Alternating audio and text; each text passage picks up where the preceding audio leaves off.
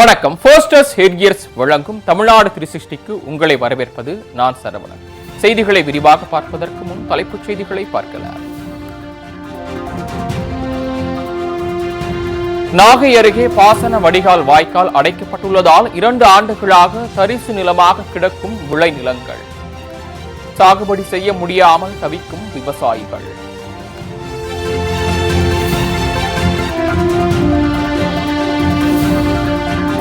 கொடைக்கானலில் சுற்றித் திரியும் யானைகளால் மூடப்பட்ட சுற்றுலா தலங்கள். வனத்துறை அதிகாரிகளின் அறிவிப்பால் சுற்றுலா பயணிகள் ஏமாற்றம்.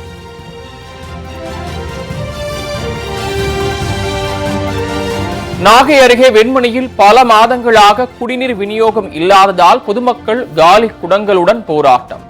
பொதுமக்களில் ஒருவர் தீக்குளிக்க முயன்றதால் பரபரப்பு.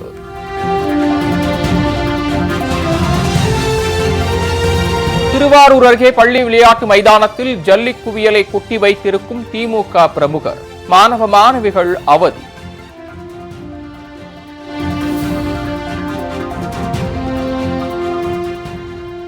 அனாதை பிணங்களை அடக்கம் செய்யும் மனிதநேய தம்பதிகள் குறித்த ஒரு செய்தி தொகுப்பு.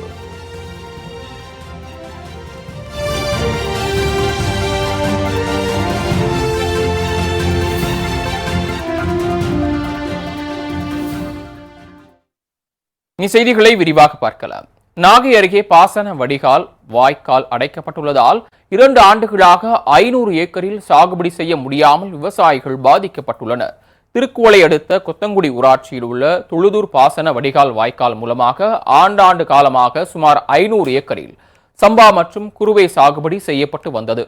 இந்நிலையில் கடந்த 2 ஆண்டுகளுக்கு முன்பு தனிநபர் ஒருவர் திடீரென பாசன வடிகால் வாய்க்காலை அடைத்ததால் விளைநிலங்கள் சாகுபடி செய்ய முடியாமல் தற்போது 500 ஏக்கர் விளைநிலங்கள் தரிசாக காணப்படுகின்றன. இதுகுறித்து அதிகாரிகளிடம் பல முறை மனு அளித்தும் எந்தவித நடவடிக்கையும் எடுக்கவில்லை என வேதனைப்படும் விவசாயிகள் சம்பந்தப்பட்ட அதிகாரிகள் அடைக்கப்பட்டுள்ள வடிகால் வாய்க்காலை திறந்துவிட நடவடிக்கை எடுக்க வேண்டும் என கோரிக்கை விடுத்துள்ளனர். பொது வாய்க்கால் அது வடிகால் மற்றும் தண்ணி பாசன வாய்க்கால். அந்த வாய்க்கால் 2 வருட காலமாக அடைச்சி வச்சுட்டு ஒரு தனிநபர் தண்ணி வடியாமலும் கொள்ளாமலும் அந்த பாதிப்பு அடைஞ்சு இன்றைக்கி 100 ஏக்கருக்கு மேலே பாதித்து 2 வருஷ காலமாக சிரமப்பட்டுருக்காங்க. தாலுக்கா ஆஃபீஸில் எந்த மனு கொடுத்தோம், தாசில்தாரோ ஆர்ஐவிஓ எந்த இதுவும் ஸ்டெப்பும் எடுக்கலை இதுவரையும். அதனால் ஏகப்பட்ட பாதிப்பு, பல லட்சம் ரூபாய்க்கு பாதிப்பு ஆகியிருக்கு. இது 2 வருஷமாக, போன வருஷமும் அதுமாரி வீணாக போயிட்டு இந்த வருஷமும் இன்றைக்கி தண்ணி வைக்க முடியல, தரிசாவே கிடக்கு. 100-150 வருட காலங்க இந்த வடிகாலில் இதுதான் வடிகால் பாசனமும் கூட தண்ணி பாய்ச்சி இதில் தான் விதையும் விடுறது எல்லாமே பண்ணிக்கிட்டு இருக்குது. தனி ஒரு நபர் இதை 2 வருட காலங்களாக ஆக்கிரமிச்சிட்ருக்காங்க. தற்போது உள்ள அந்த குறுவை சாகுபடியும் பண்ண முடியல, சம்பா சாகுபடியும் பண்ணல. பொதுவாக இந்த நிவாரணங்களும் எந்த விதமான நிவாரணங்களும் போன வருஷமும் அளிக்க முடியல, இந்த வருஷமும் எதுவும் வாங்க முடியவில்லை. இது பல தடவைகள் நாங்கள் நேரில் சொல்லியும் பல தடவை எழுத்துப்பூர்வமாக அறிவிச்சும் எந்த விதமான நடவடிக்கையும் இல்லை. இதுக்கு அரசு இதை கவனத்தில் கொண்டு தற்க ஏற்பாடு செய்யுமாறு மிக தாழ்மையுடன் கேட்டுக்கொள்கின்றேன். மழை காலத்தில் தண்ணி தேங்கி போய் பயிர் அப்படியே கருது வர டயத்தில் கூட அழுவி போய் உக்காந்துடுது. அதனால எங்களுக்கு இந்த வடிகாலை நீங்கள் நல்ல முறையாக செஞ்சு கொடுக்கணும். அதுதான் நாங்கள் கேட்குறோம் உங்களை. அந்த மேற்க உள்ள தண்ணி பூரா இப்படியே இந்த வாய்க்காலில் தாங்க வடியணும்.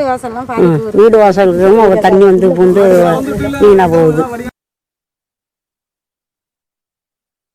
திண்டுக்கல் மாவட்டம் கொடைக்கானல் வனப்பகுதிகளில் யானைகள் நடமாட்டம் காரணத்தால் சுற்றுலா தலங்கள் தற்காலிகமாக மூடப்பட்டுள்ளன. மலைகளின் இளவரசி என்று குறிப்பிடப்படும் கொடைக்கானலுக்கு நாடு முழுவதிலும் இருந்து ஏராளமான சுற்றுலா பயணிகள் வருகை தந்து இயற்கை காட்சிகளையும் இதமான சூழ்நிலைகளையும் அனுபவித்து வருகின்றனர். இந்நிலையில் கொடைக்கானலில் வனக்கட்டுப்பாட்டில் உள்ள சுற்றுலா தலங்களான குகா குகைன், பைன் மரக்காடுகள், மேயர் சதுக்கம், பில்லர் ராக் மற்றும் வன சுற்றுலா தலமான பேரிச்சம் பகுதிகளில் யானைகள் நடமாட்டம் அதிகமாக காணப்படுவதால் அவைகளுக்குள் காடுகளுக்குள் செல்லும் வரை சுற்றுலா தலங்கள் மூடப்படுவதாக அறிவிக்கப்பட்டுள்ளது.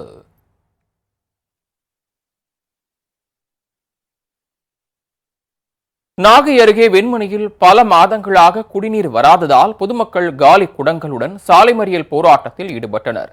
கீழ்வேளூர் ஒன்றியத்திற்கு உட்பட்ட மேல வெண்மணி சர்ச் தெருவில் சுமார் 800க்கும் மேற்பட்ட குடும்பங்கள் வசித்து வருகின்றன. இந்நிலையில் இங்கு பல மாதங்களாக குடிநீர் முறையாக வழங்கப்படவில்லை என கூறப்படுகிறது. இதுகுறித்து அதிகாரிகளிடம் புகார் தெரிவித்தும் நடவடிக்கை எடுக்கப்படவில்லை என்பதால் ஆத்திரமடைந்த பொதுமக்கள் ஊராட்சி நிர்வாகத்தை கண்டித்து சாலை மறியல் போராட்டத்தில் ஈடுபட்டனர்.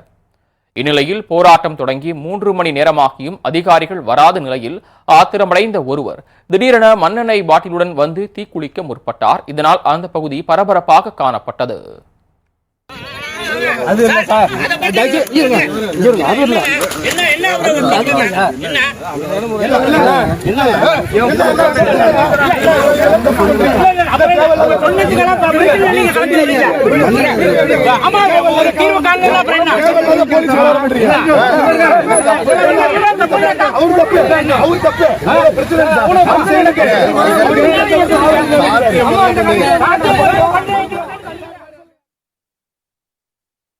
திருவாரூர் அருகே அரசு பள்ளி மைதானத்தில் மாணவ மாணவிகளுக்கு இடையூறாக கொட்டப்பட்டிருக்கும் ஜல்லி குயிலை அப்புறப்படுத்த வேண்டும் என பொதுமக்கள் கோரிக்கை விடுத்துள்ளனர்.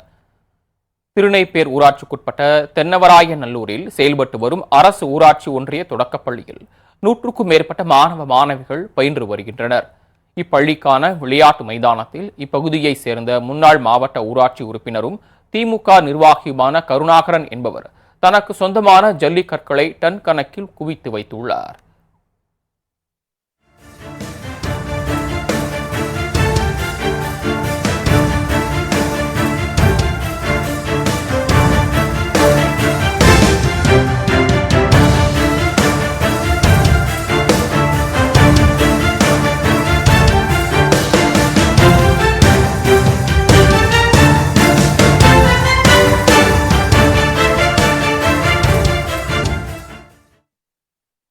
இதனால் மாணவ மாணவிகள் பள்ளிக்கு செல்ல முடியாத சூழ்நிலையும் மற்றும் விபத்துக்குள்ளாகும் சூழ்நிலையும் உருவாகியுள்ளது.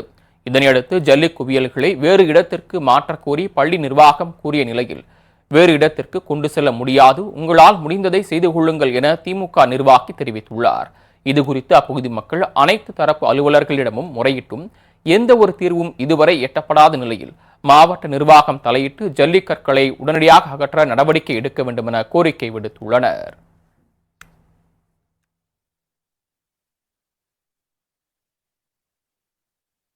தேனி மாவட்டம் முல்லை பெரியாற்றில் 2000 கன அடிக்கு மேல் தண்ணீர் சென்று கொண்டிருப்பதால் பொதுமக்கள் எச்சரிக்கையுடன் இருக்கும்படி பொதுப்பணித்துறை அதிகாரிகள் தெரிவித்துள்ளனர். முல்லை பெரியாறு அணை 135 அடியை எட்டிய நிலையில் தமிழக பகுதிகளுக்கு பெரியாற்றிலிருந்து 2000 கன அடிக்கு மேல் தண்ணீர் வந்து கொண்டிருக்கிறது. இதன் காரணமாக பெரியாற்றில் 2 கரைகளையும் தொட்டவாறு தண்ணீர் ஆர்ப்பரித்து ஓடிக்கொண்டிருப்பதால் முல்லை பெரியாறு கரையோரம் இருக்கும் மக்கள் ஆற்றில் இறங்கவோ குளிக்கவோ கால்நடைகளை குளிப்பாட்டவோ கடக்கவோ முயற்சிக்க வேண்டாம் என தேனி மாவட்ட நிர்வாகம் எச்சரித்துள்ளது.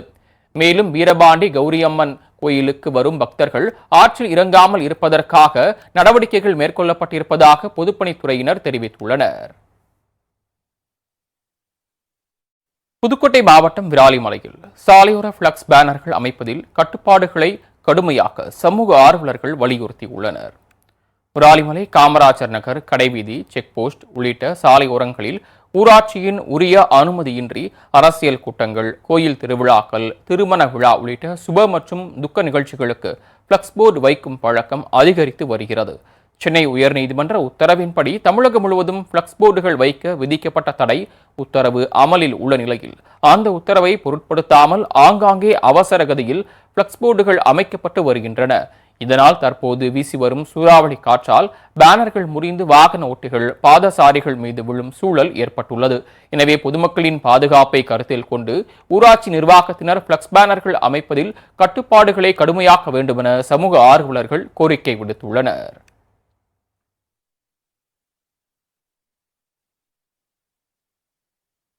போஸ்டர் செட்கியர்ஸ் வழங்கும் தமிழ்நாடு 360ல் அடுத்து வருவது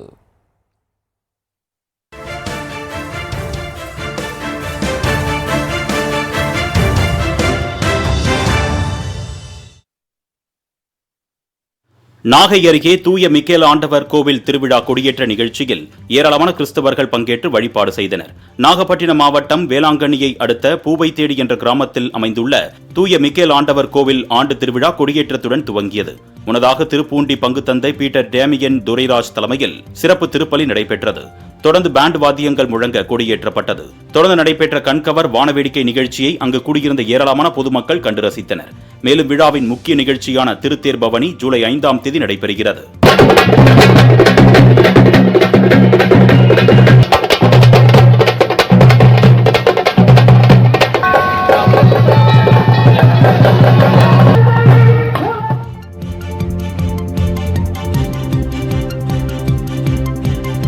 உதகை கூடலூர் சாலையில் முறிந்து விழுந்த ராட்சச மரத்தால் போக்குவரத்து பாதிப்பு ஏற்பட்டது. நீலகிரி மாவட்டம் உதகை கூடலூர் தேசிய நெடுஞ்சாலையில் அமைந்துள்ள ஊசிமலை பகுதியில் காற்றுடன் பெய்த மழையின் காரணமாக ராட்சச மரம் ஒன்று சாலையின் குறுக்கே விழுந்து போக்குவரத்து பாதிக்கப்பட்டது. இந்த சம்பவம் குறித்து தகவல் அறிந்து வந்த நெடுஞ்சாலைத்துறையினர் சுமார் 1 மணி நேரத்திற்கு மேலாக போராடி மரத்தை வெட்டி அகற்றி போக்குவரத்தை சரி செய்தனர். இதனால் உதகை கூடலூர் தேசிய நெடுஞ்சாலையில் சுமார் 1 மணி நேரமாக போக்குவரத்து பாதிக்கப்பட்டது.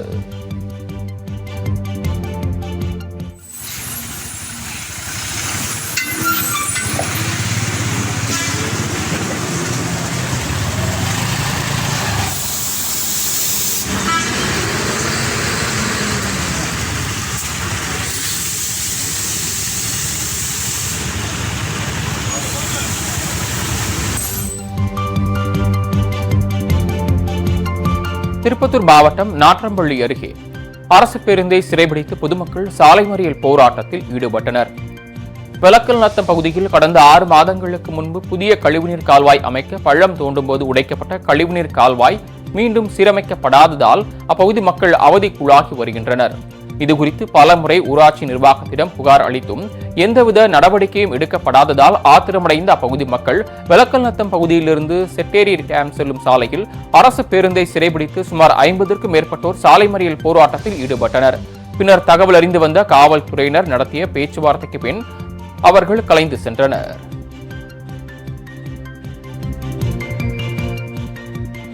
உலக புகழ்பெற்ற தஞ்சாவூர் பெரிய கோயிலில் அமைந்துள்ள மகாவாரகி அம்மனுக்கு ஆஷாட நவராத்திரியை முன்னிட்டு மஞ்சள் அலங்காரம் செய்யப்பட்டது. பெரியநாயகி அம்மன் உடனாகிய பெருவுடையார் ஆலயத்தில் தனி சன்னதியில் மகாவாரகி அம்மன் சன்னதி அமைந்துள்ளது. 2ஆம் நாள் நவராத்திரியை முன்னிட்டு அம்மனுக்கு மஞ்சள் அலங்காரம் செய்யப்பட்டு மகா தீபாராதனை காட்டப்பட்ட நிகழ்ச்சியில் ஏராளமான பக்தர்கள் மற்றும் பொதுமக்கள் பங்கேற்று வாராகி அம்மனை வழிபட்டனர்.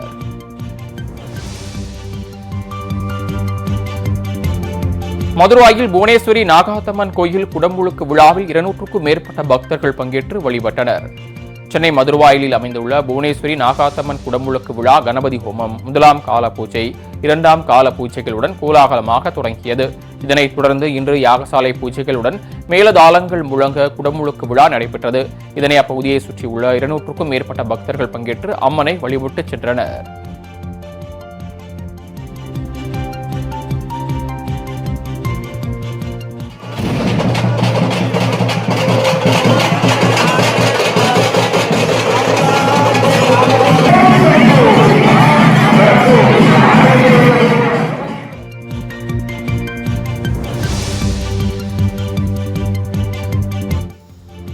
திருச்செந்தூர் சுப்பிரமணிய சுவாமி கோயிலில் குடமுழுக்கு திருவிழா கணபதி பூஜையுடன் தொடங்கியது. அறுபடை வீடுகளில் 2ஆம் படை வீடான திருச்செந்தூர் சுப்பிரமணிய சுவாமி கோயில் குடமுழுக்கு வரும் 7ஆம் தேதி நடைபெறுகிறது. இந்நிலையில் இன்று கோயில் 2வது பிரகாரத்தில் உள்ள வல்லபை விநாயகர் சன்னதி முன்பு கணபதி பூஜையுடன் குடமுழுக்கு விழா தொடங்கியது. கஜ பூஜையின் போது கோயில் யானை தேவானைக்கு வண்ண மலர்களால் அர்ச்சனை செய்து பட்டு வஸ்திரம் சாத்தி தீபாராதனை காட்டப்பட்டது.